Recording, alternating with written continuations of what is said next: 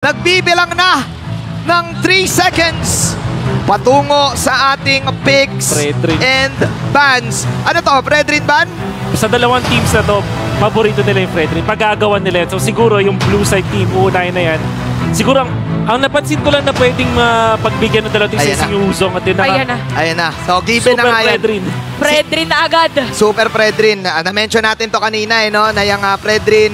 Alam mo si Carorito, ano na yan kapag first pick tayo, Fredrin na, wala na. Kumbaga, non-negotiable na yun. Non-negotiable. Kasi parang kung mataas yung win rate nila dito sa Fredrin. Actually, sa dalawang teams natin na mataas yung Fredrin. Ito na yung sinasabi talagang mabilis na magbibig para sa mga teams natin. Prepared na prepared. Ayan na, may sagot na agad. Valentina Claude ba to?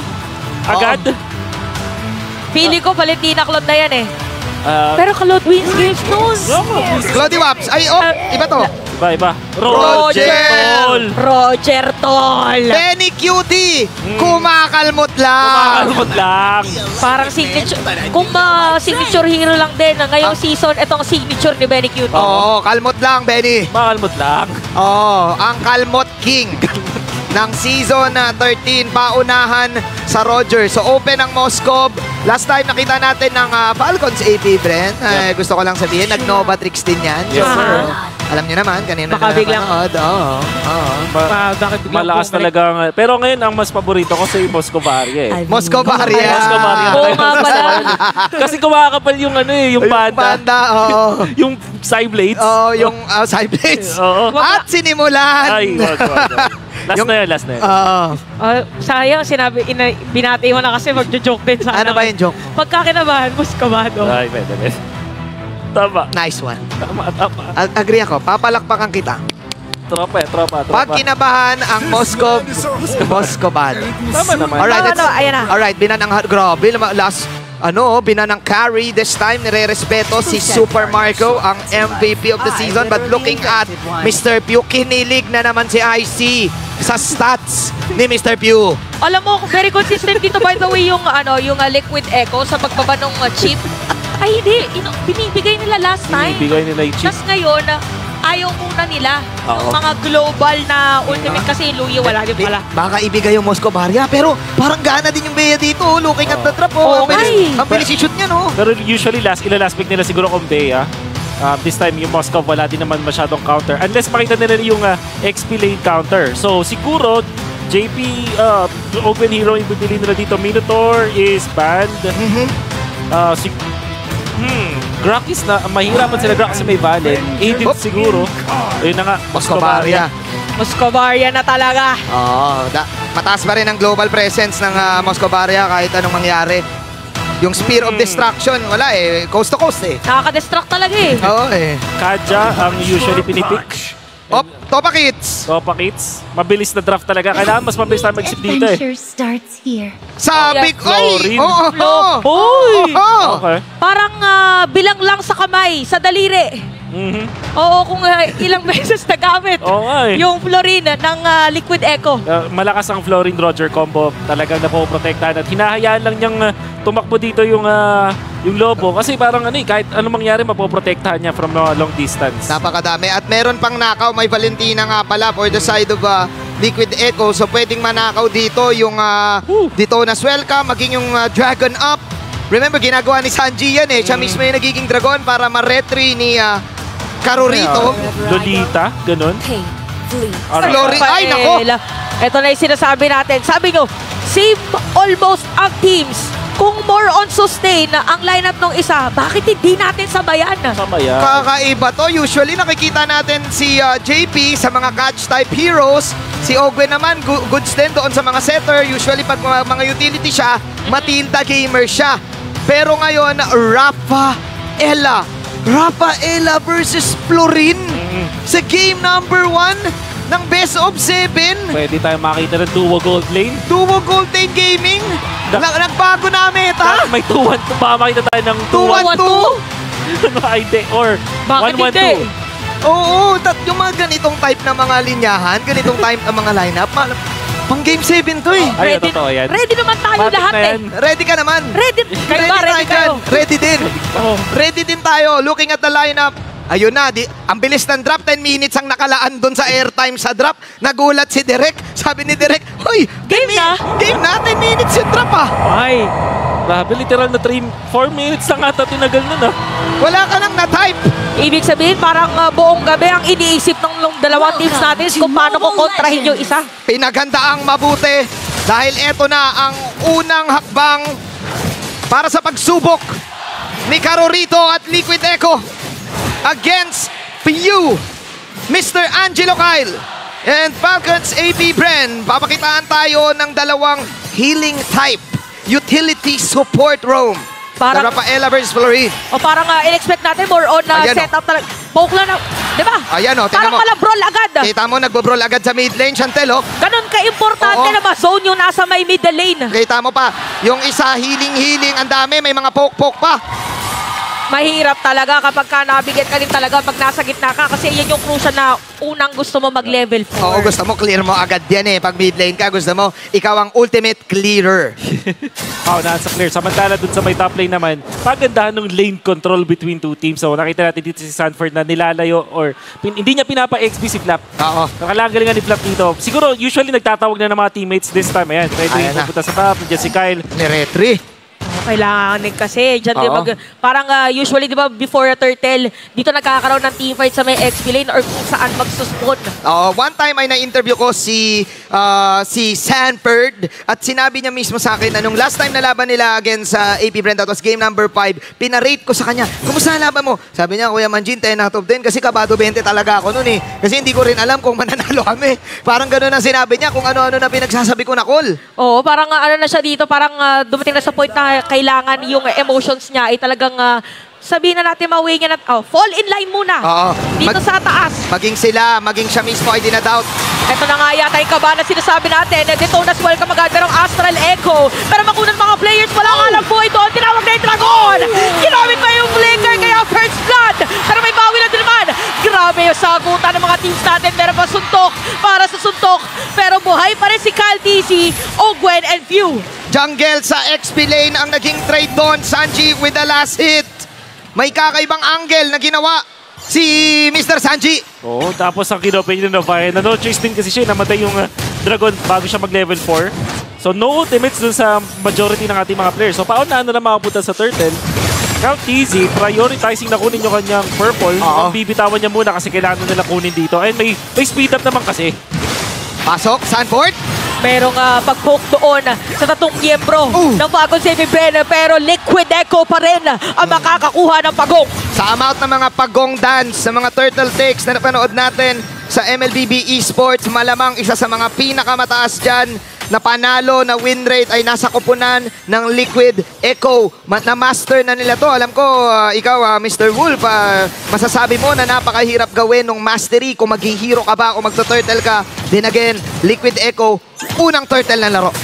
Parang depende din sa sitwasyon talaga eh, no? Kung may malapit ba na hero or mabilis ba talagang makakasecure ng kill. But yan, parang ano muna, pabugso-bugso muna dito yung ginagawa ng ating dalawang teams. Parang ang sabi mo kanina, eyeball ay kung may community hub. Dito, ito yung community hub nila. Gera na kagad. Dilipat sila this time sa may gold lane. Parehas level 5, Super Marco at Benny Cutie.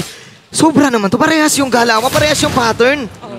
Yung mirror lang yung dalawang teams natin. So this will be a very tight match. Parang halos parehas din yung approach ng dalawang teams. Nakita natin dalawang support doon sa kanilang roamers. Yung XP laners nila pang one-hit combo ng mga marksman or ng mga mages. Yan yung, di ba, tema ng Yuzhong. Tsaka pakita gusto nilang mga one-hit One-hit delete, yeah. Pero ito yata one-hit delete na sinasabi hindi naramdaman na meron palang kasama si Benny Cutie sa baba. Matindi yung taunt. Sobrang bilis.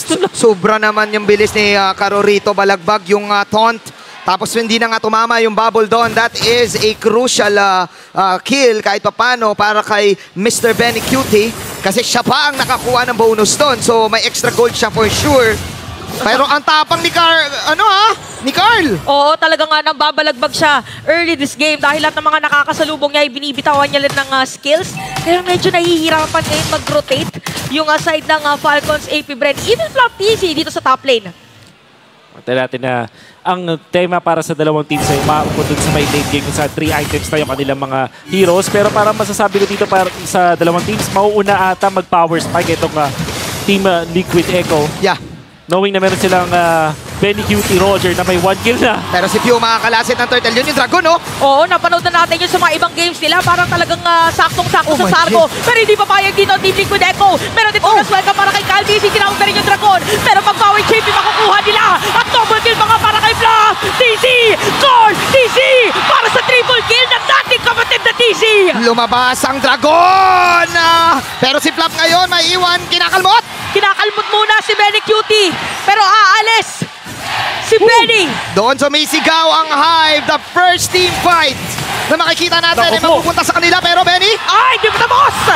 Hindi pa pala tapos!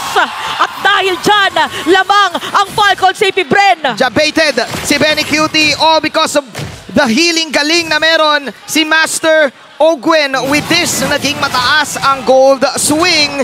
And for sure, may extra item na makukuha dito ang lahat ng players ng AP Bren. Ito yung ayaw na paglaruan ng isang Roger. Gusto niya laging dire-diretso yung mga kills niya.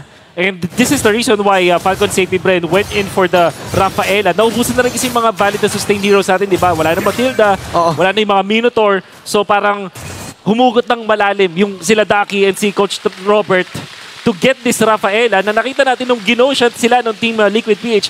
Nag-flicker out lang si Ogwen tapos punish afterwards. Goods na goods, goods na goods. At nagtabi-tabi pa sila doon kanina kaya tumama yung passive ng isang Moskov. Tumatagos yung kada karayom na binabato niya with that Spear of Destruction teleport. And with this, ang laki ng swing, no? Biglang na-control ng Falcons sa AP Bren yung mapa. Grabe yung sinabi mo dito, Will. Parang yung na-realize ng Falcons sa AP Bren, wag na tayo mag-setter-setter. Punta na tayo dun sa Plus Gaming. Punta na tayo dun sa Healing Gaming.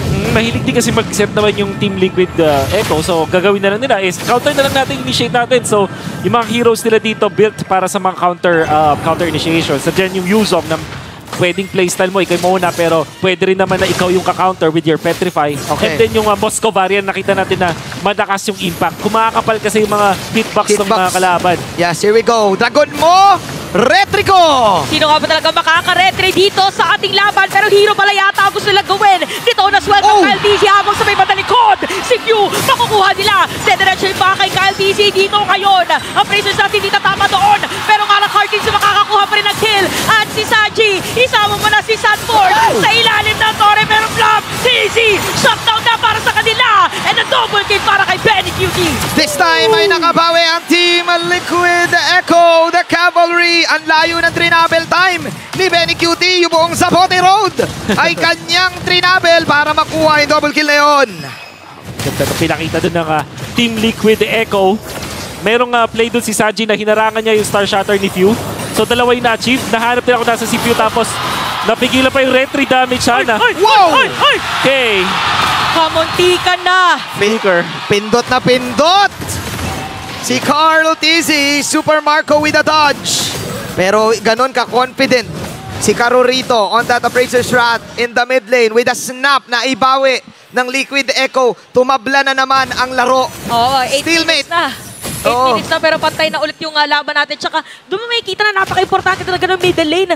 Ginamit pa dito yung Spear of Destruction para talagang umabot din doon na si Super Marco sa may gitna. And kung titignan mo yung huling laban na yun, si 4D, hinahanap niya talaga si Angelo. Hinahanap niya si Few.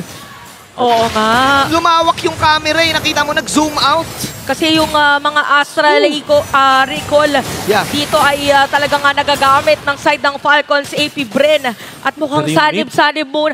Parang kakaibang trade na gusto gawin dito ng Team Liquid Echo. Okay. Pero naka-ready ang AP Bren para dumepensa. Hindi pa rin binibigay ang mid lane dito. Basag ang mid ng Liquid Echo. AP Bren for sure ang pwedeng magdikta kung saan ang laban dahil dyan sa butas na mid lane na yan. Pero yung Team Liquid, masaya sila kasi nag-commit ng Dragon itong si Flap TZ. With the upcoming Turtle. Pero yung Turtle naging Lord. Ay, naku, binigay na lang. Binigay. So parang siguro calculated yun ni Flap TZ na hindi naman siguro lalaban yan anytime soon kasi biglang naging Lord eh. Parang malaki yung difference ng Turtle pa lang siya tsaka ng Lord na siya ngayon. So hindi pwedeng i-burst ng Team Liquid. Pero sabi dito ni Carorito, saglit lang. Walang Dragon. Walang Dragon, laban pa rin. 20K ang kinukol dito ni Carorito. Parang pwede yata dumiretso dito yung dalawang teams natin at nakaabang for the red Ayan team. na. Astral Echo ay ginamit na. At matagal na magsisimula ang ating team ay talagang pinagdedesisyonan muna nila. Pero retribution para kay Carl TC. Tama na daw. Pero dito ginamit nito as welcome. Heal. Pero makakatakas pa rin dahil doon sa mga healingan. Napakatang knock-up para kay Sanford. Kaya mabibilitan umalis pero may bawi din si Flap TC. Merong stun para sa kanya. Pero wala siya kasama. Kaya naman mapapatay sa kamay dito ni Sanford. 20 seconds, hindi ko na nasabi, 27 seconds down! Si Flap Daisy, ang tapang ng Liquid Echo! Oo, tropang napilitan yung Falcon Safety Bread kasi yung move nila dun sa top meant na may magde-defend dun sa mid na mag-isa lang. Si Flap yung nag-defend ng mid lane na Torre, ginamit niya yung kanyang ultimate, and then dun sa upcoming na Lord team fight, nakita natin Liquid na pwede nilang i-go yung Lord kasi Oo. alam nila walang Dragon. Si Flap TZ napilitan na gamitin yung Petri. Yeah. Na-combo lang yung patalon. Imbis na i-delay nila, no? Imbis na i-delay na laban na lang daw to. Dito na welcome! Pero hindi yata nila madedelay dito ang kanilang pag-depensa. Napagandang damage dito. Super Marco may pilitan ng dash away. Nandito na yung Dragon. Hinahanap mga player si Carl TC. Makakamot pa kanila. At si Sanford isama mo na rin. Parating dito si Benny Cutie at si JP. Si Sanji medyo mahihiwalay sa kanya. Benny! Pero sakit na mga pre-hit. At aalis muna ang dalawang koponan. Lamang sa show ang Liquid Echo. Pero ang Falcons AP, friend, alam nila yung capability ng lineup nila with the Dragon form na kanina wala. This time nilaban nila yon at na-punish ang dalawa sa Liquid Echo. Dalawa ang na-deads. At kinilig na naman ang kayang si IC. Oo. Ang fiancé ni Mr. Pew dahil sa stats Oo. ng total assists in the game. Siya na nga number 1 ngayon. 13 seasons na rin naglalaro. Si idol ng mga kids. Kung tatanungin mo ako ng anatomy of a legend, tignan mo lang si Oo. Mr. Angelo Kyle Arcangel, aka PU. Grabe no, 13 seasons. Very consistent international appearances or accolades mga at lumalaban ulit Oo. ngayon for an MPL Grand Finals. Number 1 in assist, mala Steve Nash, Jason Kidd na pinagsama-sama. Oo. 7-7 is the scoreline. It's still a 50-50 ball game for both of these teams. Maghihintay na naman tayo ng 40 seconds para sa Lord. Pwede ka munang magtimpla ng kape. Ikaw na nanonood ngayon. Oo. Tawagin muna yung mga tropa, manonood tayo sabay-sabay. This will be a very long series. Yung Oo. game 1 pa lang natin, palitan agad. Akala natin na Falcon Safety Brena yung may control. Biglang nakahanap ng opening yung Team Liquid at ngayon magkakaroon ng second Lord natin kung saan available lahat ng spells. Yeah. Available lahat ng ulti. I take note, last time na nakita natin yung laban na to, yung agawan ng Valentina and Novaria, ang usually na nanalo sa late game ay Novaria kasi may poke capability. Ayan, no?